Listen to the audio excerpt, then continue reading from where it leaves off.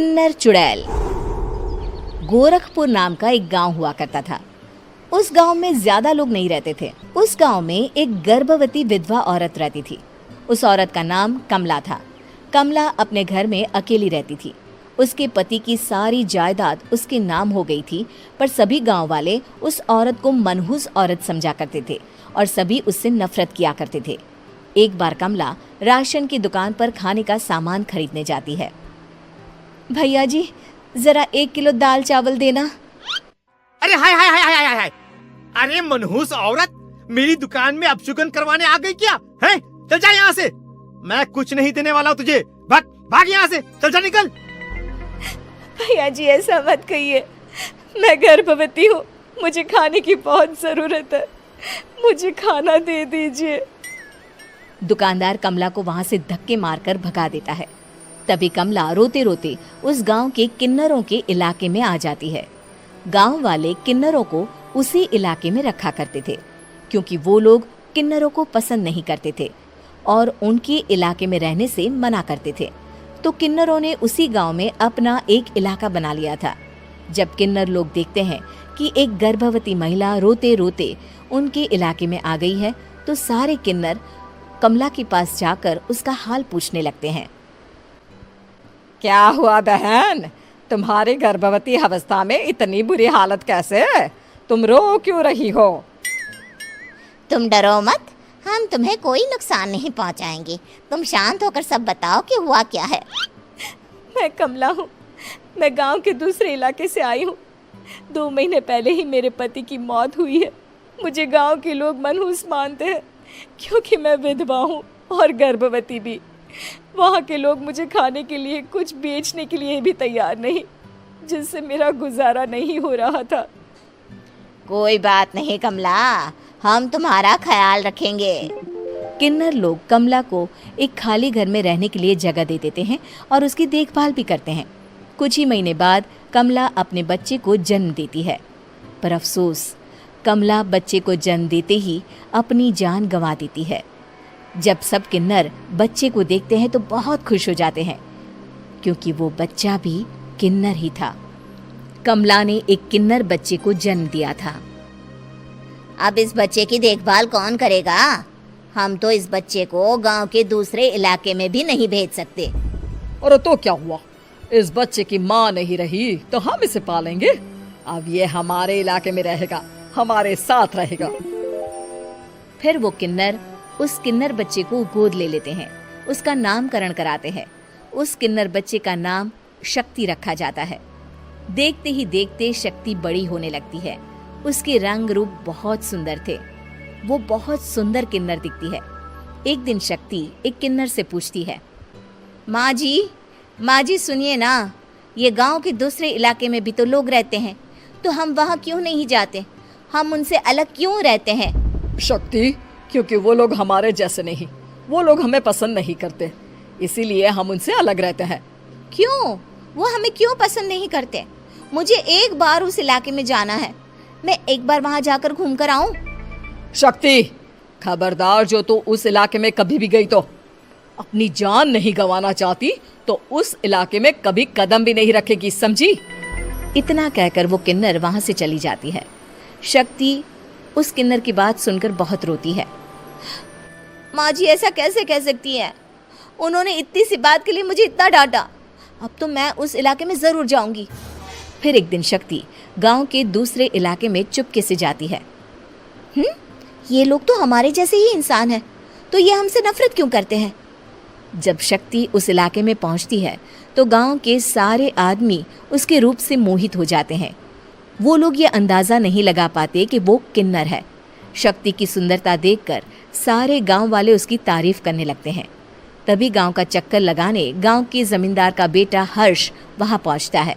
हर्ष भी दिखने में बहुत सुंदर होता है। जब हर्ष ने शक्ति को देखा तो वो भी उससे मोहित हो गया, और जब शक्ति की नजर हर्ष पर पड़ी तो वो हर्ष को देखकर मोहित हो गई। आपको पहले कभी इस गांव में देखा नहीं। इस गांव में आप नए हैं क्या? जी नहीं, वो मैं बस। तभी शक्ति बोलते बोलते रुक जाती है और मन में सोचने लगती है, अगर मैंने इनको बता दिया कि मैं दूसरे इलाके से आई हूँ तो वो समझ जाएंगे कि मैं किन्नर हूँ, इसलिए मुझे इनसे झूठ ही बोलना पड़ेगा। शक्ति हर्ष को कहती है, जी हाँ, मैं इस गांव में नई आई हूँ, यहाँ अकेली रहती हूँ। वैसे आप कौन है? आप भी इसी गांव में रहते हैं? जी हाँ, मैं इस गांव के जमींदार का बेटा हूँ। आपको किसी भी चीज की जरूरत पड़े तो आप मुझे बता देना, मुझे अच्छा लगेगा। ऐसे ही शक्ति और हर्ष एक दूसरे से रोज मिलने लगते। वो दोनों अपने प्यार का इजहार करने एक दूसरे से मिलने जाते हैं। तभी शक्ति का पीछा करते करते एक किन्नर वहां आ जाती है। शक्ति, शक्ति, मैं तुमसे बहुत प्यार करता हूँ। मैं तुमसे शादी करना चाहता हूँ। क्या तुम मुझसे शादी करोगी? हाँ हर्ष, मैं तुमसे शादी करूंगी, पर मैं तुमको अपने बारे में एक सच्चाई बताना चाहती हूँ जो मैंने तुमसे छुपा कर रखी है। तभी उनके बीच में ही वो किन्नर आ जाती है। शक्ति, तेरी हिम्मत कैसे हुई ऐसा करने की? वो किन्नर शक्ति को खींचकर गांव के जमींदार के पास ले जाती है। हर्ष भी वहां शक्ति को बचाने के लिए पहुंच जाता है।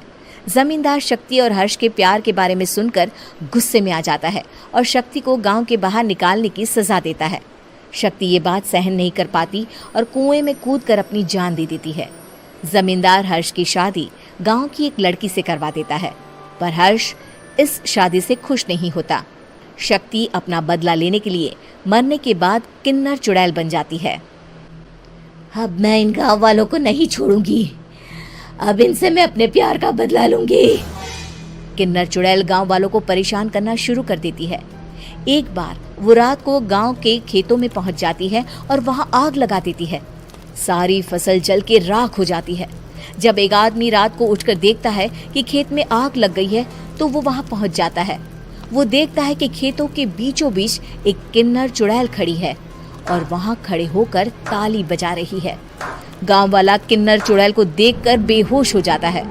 जब सुबह उस आदमी को होश आता है तो वो सीधा जमींदार के पास जाता है। अरे जमींदार साहब, अरे वो किन्नर चुड़ैल ने मेरी सारी फसल चला दी। अब मैं क्या करूंगा? क्या होगा मेरा?